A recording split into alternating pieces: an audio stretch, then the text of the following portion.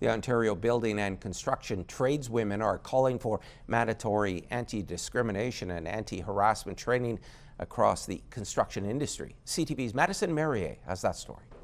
There's nothing worse than having that gut feeling of I don't want to go to work because you know you're going to be bullied. The OBCT wants to make anti-discrimination and anti-harassment training mandatory as they feel there is a gap in retention. Individuals will have the policy posted. It talks about what to do, but there was never any preventative steps or measures to help stop it before it happens, right?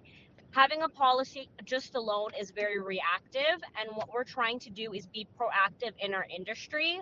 In a survey done by the OBCT of 342 women, 52% indicated they have experienced harassment on the work site. And of those, 51% reported feeling unsatisfied with how the situation was handled. The demand for tradespeople in general is so high right now. We can't refuse people just because of their gender or their skin color or their preferences. It has nothing to do with your ability to do a trade.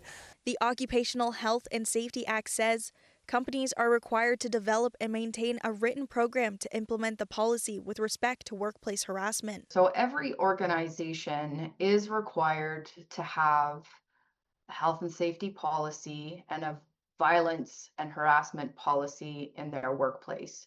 And it's a testament or a commitment to preventing those bad things from happening in the workplace. So there's a little line in there that a lot of people get confused, and it says there has to be a policy and training, but the training is training on the policy, meaning for the individuals who need that policy, they'll just talk about what the steps are in the policy, where the policy will be posted, and that's simply where it stops.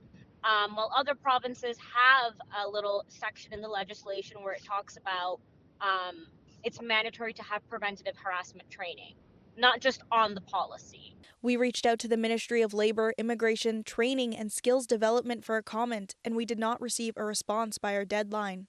Madison Marier, CTV News, Sudbury.